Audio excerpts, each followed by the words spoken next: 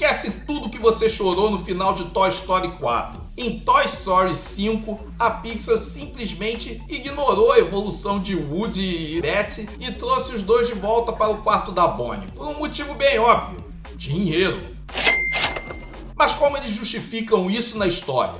E a tablet vilã? E que fim levam os brinquedos? Nesse vídeo você vai ter a análise com spoilers e o final explicado de Toy Story 5. É um vídeo todo com spoilers, mas indicado para quem já assistiu ao filme e quer debater, ou quem não assistiu e não se importa com os spoilers e quer saber logo o que acontece. Começando mais um Outcast, eu sou César Monteiro. Aqui temos uma diferença marcante em relação aos antecessores. Toy Story 5 é inteiramente sobre a relação dos brinquedos com a sua humana, no caso a Bonnie, que agora tem 8 anos de idade, e, talvez mais importante ainda, a relação dela com o mundo.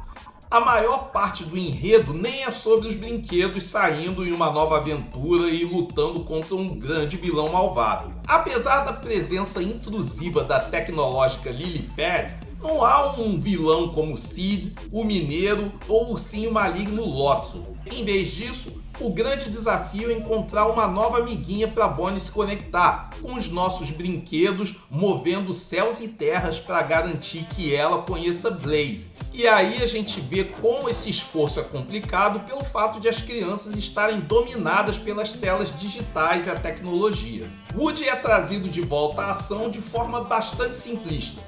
Uma simples ligação de walkie-talkie de brinquedo feita pela Jessie localiza ele, a Betty e o motociclista Duke Caboom, que é a voz do Keanu Reeves. Woody, que está desgastado pelo tempo, com a pintura da parte de trás da cabeça se desgastando, dando uma impressão de calvície, e também uma barriguinha que se mostra meio protuberante quando ele relaxa, agora ajuda a salvar e recuperar brinquedos abandonados. E aí se reúne com seus velhos amigos nessa nova missão. Lily Pad representa uma ameaça existencial aos olhos dos nossos cativantes e tradicionais brinquedos. E seus piores medos se concretizam quando Bonnie começa a usar o aparelho para fazer amizades com outras meninas do seu grupo de dança local. As coisas inevitavelmente dão errado quando o assustador mundo online dos status sociais e panelinhas mostra sua pior face. Para alguém tão inocente e vulnerável como Bonnie, seu primeiro contato com a pressão para se ajustar a leva a rejeitar os seus brinquedos cafonas e, num piscar de olhos, derreter o cérebro com a carinha colada na Lily Pad dia e noite. É a deixa para os nossos bravos e altruístas brinquedos entrarem em ação. Jessie, sem querer, fica cara a cara com seu passado nos arredores da cidade.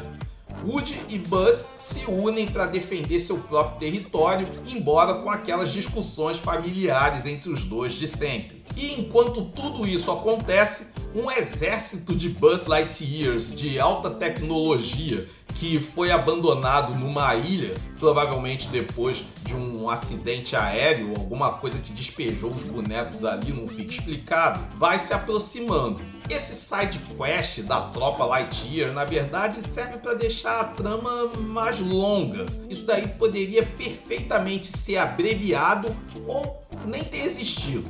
O que acontece no final de Toy Story 5? No enredo de Toy Story 5, a ação principal se divide em várias linhas narrativas paralelas. O núcleo da Jessie, em que a Cowgirl e o seu fiel cavalo Bala no Alvo se unem a um trio de brinquedos tecnológicos mais antigos que ela encontra na casa da Blaze. Eles são liderados pelo Rolinho, que é um brinquedo de desfraude. É uma espécie de pinico eletrônico. Eu, sinceramente, não conheço esse tipo de brinquedo. Coloca nos comentários se você conhece, porque eu gostaria de saber. É um pinico digital e também responsável por piadinhas envolvendo necessidades fisiológicas, piadinhas fáceis que não são a cara da Pixar. A Pixar é capaz de piadas muito mais sagazes, muito mais inteligentes. Também tem um hipopótamozinho que depois serve como GPS e uma câmera digital de brinquedo. Essa casa, na verdade, pertencia a Emily, a antiga dona da Jessie, mas agora da família da jovem Blaze, que não tem nenhum grau de parentesco. Aí a gente tem o núcleo do Woody e do Buzz, que confrontam a Lily Pad, bolando uma série de planos para frustrar a influência do dispositivo sobre a Bonnie e impedir que a tecnologia domine a casa inteira, coisa que já está ali quase acontecendo. E ainda tem a terceira via, que é o exército de Buzz Lightyears de alta tecnologia marchando de forma inexorável em direção aos nossos heróis, acreditando que vão chegar no comando estelar. Aí que eu acho, ficou muita coisa para ser trabalhada e ficou difícil para ter um desenvolvimento satisfatório para tudo. Tudo em Toy Story 5 converge para o momento em que todos os fios soltos da história se unem no ato final.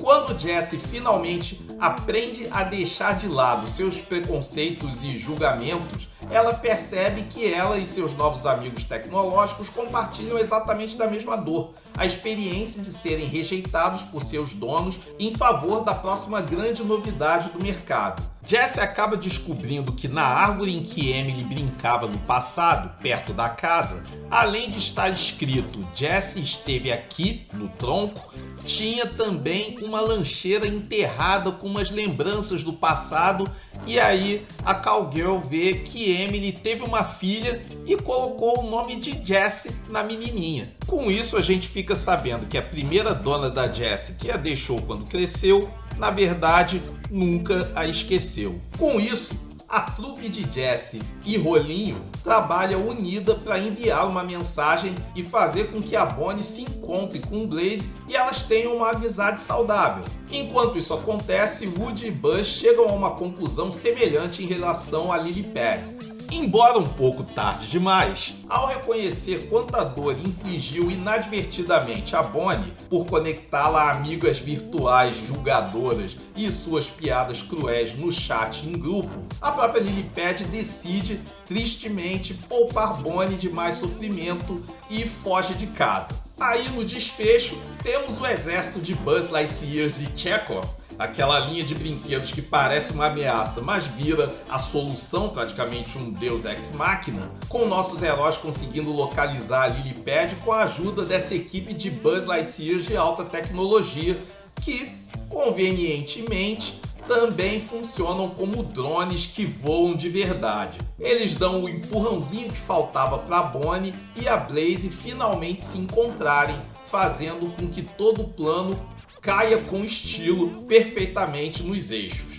No fim das contas, os brinquedos cumprem a missão com sucesso e nada é tão emocionante de aquecer o coração quanto assistir as duas meninas se tornando amigas inseparáveis e as crianças da vizinhança com quem a Bonnie queria fazer amizade no início, mas não conseguia porque elas estavam ali vidradas nos tablets e celulares. Inclusive, foi por isso que os pais da Bonnie compraram a Lily Pad, porque a menina estava muito solitária e sem amigos. Aí, essas crianças olham para a casa vizinha, veem que a brincadeira do mundo real pode ser muito divertida e vão lá se unir às garotas. E na cena pós-créditos ainda temos o exército de Buzz voando como drones, aterrissando em um pátio de uma escola, para a alegria das crianças, e até o inspetor pegou um para ele. Só que aí um moleque tira da mochila um Zurg, que é o inimigo do Buzz Lightyear, que também foi revelado no Toy Story 2, que é seu pai, tal qual Darth Vader com Luke Skywalker. Se você olhar bem de perto, para além de toda a correria e dos novos gadgets, vai perceber que a Pixar nos entregou uma das metáforas mais sinceras e maduras sobre paternidade e maternidade. Todo aquele desespero dos brinquedos clássicos de serem substituídos ou deixados de lado por causa de uma distração moderna, quem é pai ou mãe entende esse sentimento perfeitamente. É a exata mesma ansiedade de criar um filho, querer estar presente em cada momento importante do crescimento dele, mas eventualmente ter que aprender o desapego, entender que o mundo muda e que é preciso deixar ir para que a criança descubra a própria vida. Esse Toy Story apela para emoções, piadinhas e resoluções fáceis na maioria das vezes, mas possui esse mérito. E é isso que desequilibra a balança mais pro positivo do que pro negativo. O filme não tenta se apegar com nostalgia cega ao passado e ele também não tenta demonizar o futuro tecnológico. O desfecho nos mostra que, para ajudar uma criança a crescer e a se conectar com os outros nesse mundo moderno, que é assustador, mas também pode ser fascinante, é preciso uma comunidade inteira trabalhando junta, sejam brinquedos analógicos clássicos, os gadgets digitais ou simplesmente os próprios pais. E de quebra, a Pixar mostrou que, assim como nós, até os brinquedos precisam amadurecer.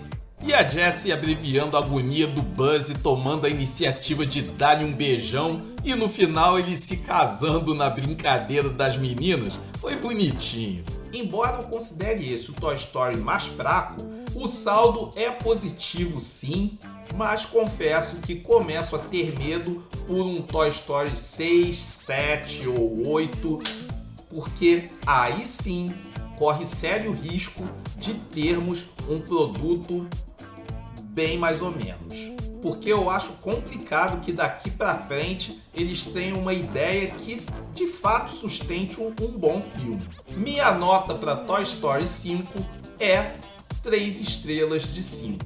Agora eu quero saber de você. Já assistiu Toy Story 5? O que achou? Deixa aqui nos comentários. Tá chegando agora no canal? Se inscreve para não perder os próximos vídeos. Segue a gente nas redes sociais que tem coisa bem legal lá.